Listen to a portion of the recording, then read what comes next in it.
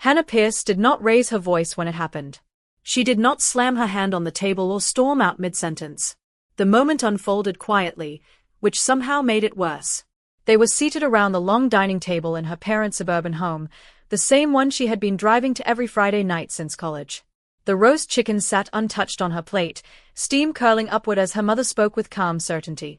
Judith Pierce did not hesitate or soften her tone when she said it. "You're not half the woman your sister is."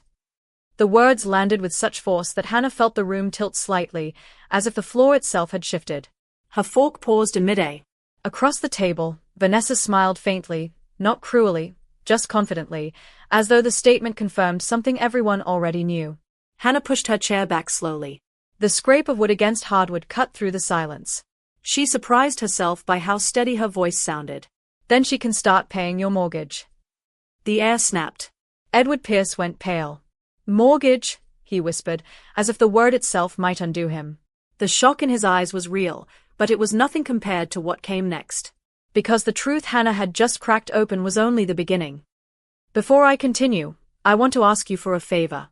This channel is close to reaching its first 1,000 subscribers. Please take a moment to subscribe, like, and leave a comment telling me where you're watching from. That small action helps this channel grow."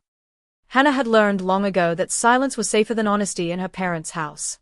People often mistook her quiet nature for shyness, but it wasn't that simple. Silence, for Hannah, had always been a form of survival.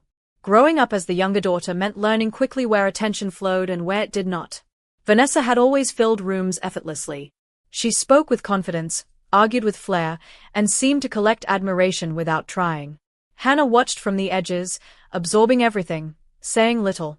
On paper, Hannah's adult life looked steady and unremarkable. She worked as a financial manager at a logistics firm near the riverfront, where the days moved to predictable rhythms. Numbers made sense to her. Systems followed rules. Spreadsheets did not shift their expectations without warning. There was comfort in that.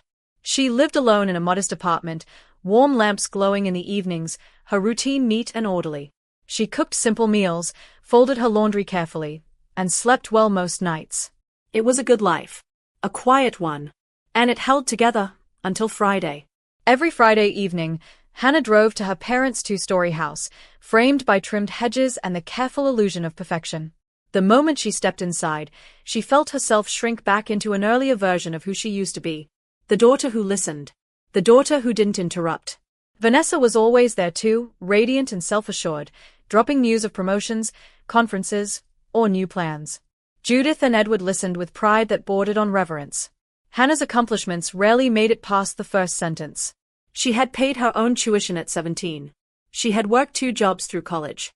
She had never asked for help, because she learned early that help came with conditions. Still, she showed up every week. Edward insisted on it. "This family has a seat for you," he always said, half joking, half warning. Judith called if Hannah was even a few minutes late. "Family comes first," her mother reminded her, though it often felt like Vanessa came first, and everyone else followed. That particular Friday felt wrong from the start. Judith hovered over the stove longer than usual, stirring the same pot twice, her jaw tight. Vanessa scrolled through her phone with a smile that felt rehearsed. Edward cleared his throat repeatedly, the way he did when preparing to make an announcement. Hannah noticed it all and tried to ignore the tension pooling in the room. When they sat down, the conversation followed its usual path. Vanessa was presenting at a conference. Vanessa had helped with paperwork. Vanessa had been such a blessing. Hannah tried, gently, to shift the focus. She mentioned a major project she had led at work, one that had fixed a costly financial error. Judith waved it away. "You're doing fine, Hannah," she said. "But Vanessa's work impacts people. It's different." The dismissal was small, precise, and intentional. Then Edward leaned back and sighed. "Speaking of homes," he said, "Vanessa helped us sort through the mortgage paperwork last month." Hannah's fork froze. 3 years of payments tightened in her chest. The warmth in Hannah's chest rose slowly, then all at once. Judith noticed and tilted her head in warning. Then she said it, the sentence that finally broke something open. "You're not half the woman your sister is." Judith spoke as if stating a fact, something long settled. Hannah did not argue. She did not cry. She stood. The chair scraped back. Vanessa's smile vanished. Edward looked up, startled, as though he had forgotten Hannah was there. Hannah met her mother's eyes. Then she can start paying your mortgage. Silence slammed into the room. Edward whispered again, "What mortgage?" Hannah didn't flinch. "The house payments. Every month. For 3 years." Shock, denial, and fear crossed their faces in turn. Judith tried to recover. "We never asked you," she said quickly. Hannah nodded. "You didn't have to." She grabbed her coat and walked out into the cold night, her breath shaking, not from regret, but from the sound of her own voice finally refusing to disappear. Hannah drove home that night with her hands steady on the wheel and her thoughts finally loud. The city lights blurred past her windshield, but she didn't pull over. She didn't cry. She felt something sharper than sadness, clarity. Back in her apartment, she hung her coat, poured a glass of water, and opened her laptop. The automatic payment sat there, scheduled like it had been every month for 3 years. Mortgage transfer. Same date. Same amount. A quiet promise she had kept without witnesses. Hannah clicked cancel. A small box appeared, polite and final. "Are you sure?" She hovered for a second, then confirmed. The relief surprised her. It wasn't triumphant or bitter. It felt like setting something heavy down after carrying it too far. The following morning, her bank account didn't drain. The absence felt strange, like waking to a silence after years of noise. By noon, her phone buzzed. A missed call from Judith. Then another from Edward. Hannah didn't answer. That silence was hers now. The weeks that followed rearranged her life in subtle but irreversible ways. Hannah began running along the river in the mornings, not to train for anything, just to feel her body move forward without permission from anyone else. The rhythm steadied her. She joined a Thursday night cooking class and learned how to knead dough until it obeyed her hands. She laughed with strangers who didn't know her family history and didn't need it. At work, she accepted a leadership role she would have once declined to avoid attention. No one questioned her capability. No one asked her to shrink. Her parents, meanwhile, grew quieter. The calls stopped. The weekly reminders vanished. Hannah didn't chase them. Distance gave her perspective. Every "just this month." Every "don't tell anyone."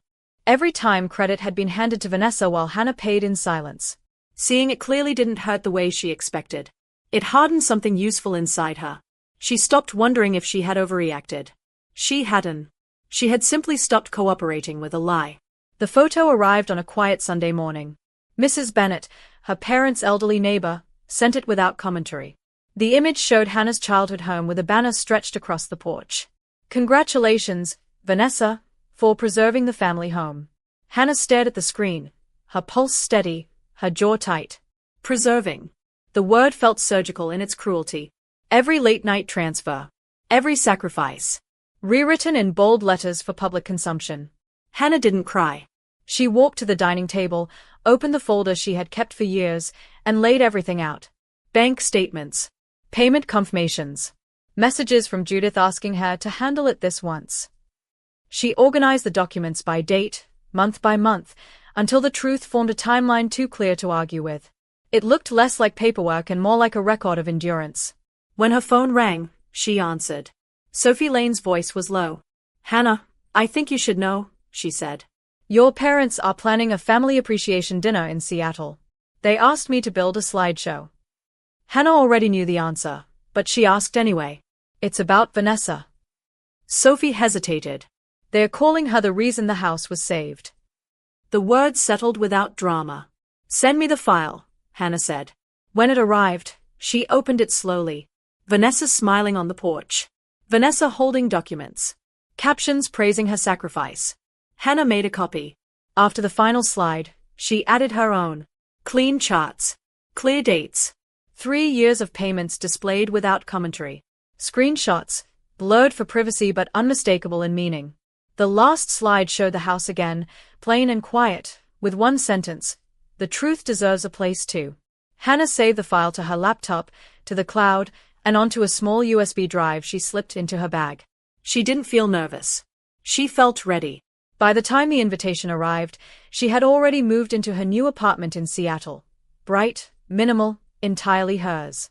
The restaurant glowed with warm light and polished glass. Through the windows, Hannah saw familiar silhouettes gathered inside. She waited near the entrance as Edward stepped up to the microphone. His voice carried pride. "We're here to honor our daughter Vanessa, who stepped up when it mattered most. Applause followed. The slideshow began. Smiles. Praise. Then the screen flickered. Charts replaced photos. Dates replaced captions. The room fell silent. Hannah stepped forward. "If the truth makes anyone uncomfortable," she said calmly, "that's not my responsibility." Whispers spread. Edward froze. Judith's face tightened. Vanessa stared at the screen, stunned. "For 3 years," Hannah continued, "I paid the mortgage. Every month.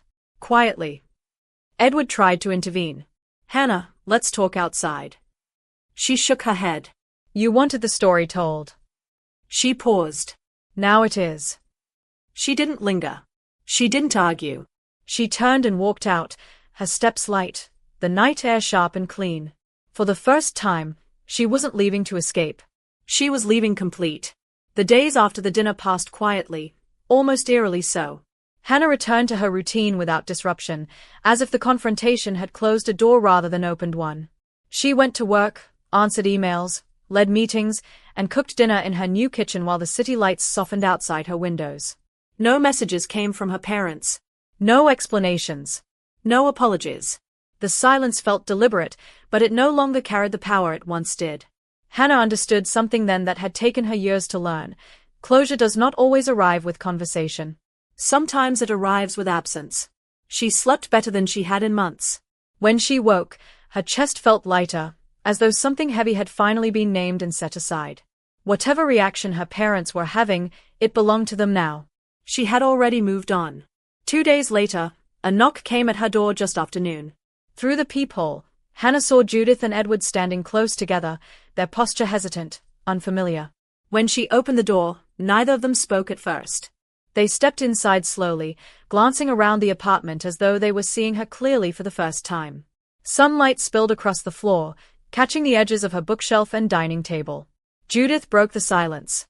"We're sorry," she said, her voice strained. "We let the story become something it wasn't." Edward nodded, staring at the floor. "You carried too much on your own." The words landed without the sharpness Hannah had once feared. She listened, calm, steady. Then Edward added, "We want to put your name on the house. You earned it." Hannah met their eyes. "I don't need it," she said gently. "I have my own home now. What I needed was honesty." The room shifted, not into forgiveness, but into truth.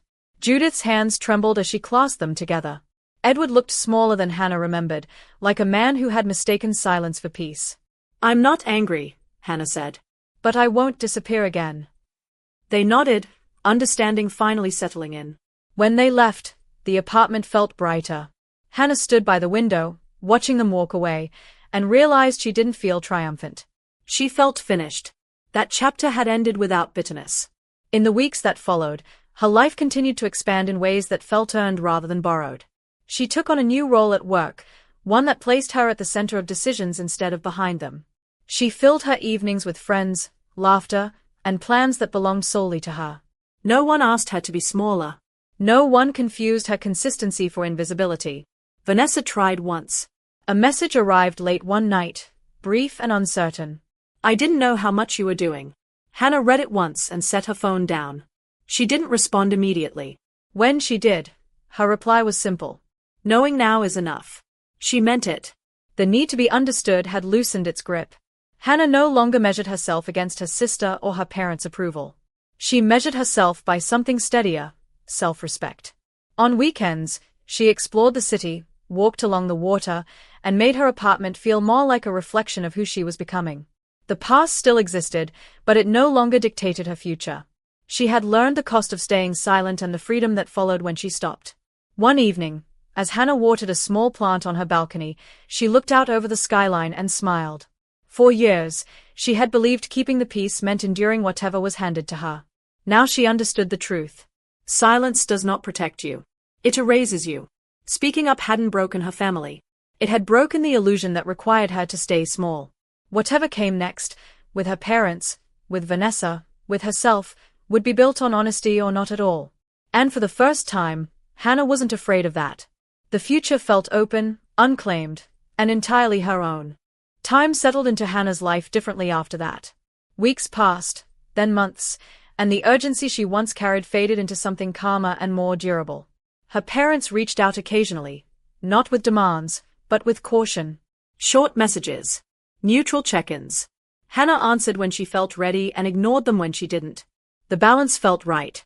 At work, she was invited into rooms she'd never been asked to enter before. Her opinions were sought, her judgment trusted.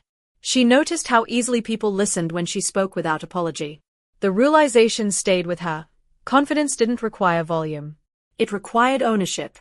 She stopped explaining herself unnecessarily. She stopped filling silences that didn't belong to her. And slowly, she felt herself becoming someone who no longer waited to be acknowledged. One afternoon, Hannah received an email confirming a promotion she hadn't even applied for directly. Her director cited consistency, leadership, and integrity. The words felt deliberate, chosen carefully. Hannah closed her laptop and sat back, letting the moment register. No applause followed. No one announced it at a dinner table. And yet, it mattered more than any praise she had missed before. That evening, she celebrated quietly with friends, people who knew her not as a supporting role but as herself. They toasted her without comparison. No one mentioned family. No one needed to. Hannah realized then that chosen spaces could be just as meaningful as inherited ones. Judith called one Sunday afternoon, her voice cautious but sincere. She spoke about therapy, about learning how favoritism had shaped their family in ways she hadn't wanted to see. Edward listened in the background, occasionally adding a few words of agreement. Hannah didn't interrupt. She didn't rush forgiveness. She listened, because listening no longer cost her anything. When the call ended, she felt neither relieved nor burdened. Just clear. Repair, she understood, was a process, not an apology. And she would participate in it only if it honored the truth. Vanessa stayed distant, though the tension between them softened over time. They exchanged brief updates, neutral and careful. Hannah didn't push for closeness. She didn't need resolution in every direction. Some relationships, she had learned, changed shape instead of breaking or healing completely. And that was acceptable. What mattered was that Hannah no longer adjusted herself to fit expectations that were never designed with her in mind. She had stopped shrinking. She had stopped paying emotional debts she didn't owe. On a quiet evening, Hannah stood once more on her balcony, the city stretched wide beneath her. She thought about the girl who had once believed endurance was the same as love. That version of herself felt distant now, but not forgotten. She had carried Hannah to this point. After all, the future didn't look dramatic or loud. It looked steady, honest, built on choices she made without fear of disapproval. And as the lights flickered on below, Hannah knew one thing with certainty: she would never again disappear to make someone else comfortable. A few weeks later, Hannah returned once to the old neighborhood, not out of obligation but curiosity. She parked across the street from the house she had helped keep standing and sat in her car for a moment, observing it with new eyes. The hedges were still trimmed. The windows still reflected the sky. But the place no longer held her. It looked smaller than she remembered, less like a symbol and more like what it had always been, a structure filled with choices, some good, some harmful. Mrs. Bennet waved from her porch, surprised to see her. They exchanged a few polite words, nothing heavy. When Hannah drove away, she felt no pull to look back. The house belonged to her parents' past, not her future. That realization settled gently, without ceremony. Life continued, not perfectly, but honestly. Hannah rebuilt her relationship with her parents slowly, on terms that respected her boundaries. Some conversations were awkward. Others were unexpectedly calm. Judith learned to listen without correcting. Edward learned to speak without deferring. It wasn't a transformation overnight, but it was real. Hannah never resumed the role of quiet fixer. She showed up as herself or not at all. At work, she mentored younger colleagues who reminded her of who she used to be: capable, cautious, unseen. She made sure they were heard. In doing so, she understood something important. Breaking a pattern didn't just free her. It changed what came after. One evening, Hannah sat at her dining table, the city humming softly outside, and wrote down her goals for the coming year. They were simple. Build a life that didn't require silence. Choose relationships rooted in honesty. Protect her peace without apology. She closed the notebook and smiled, feeling grounded in a way she never had before. The story of her family no longer defined her. She had stepped out of the shadow and into a life shaped by her own voice. And that was enough. The future was hers, not because she had taken it from anyone, but because she had finally claimed it. If you've ever carried a burden in silence or felt erased in a story you helped build, you're not alone. Finding your voice doesn't mean breaking everything. It means finally standing where you belong. If this story resonated with you, please subscribe, like, and share your thoughts in the comments.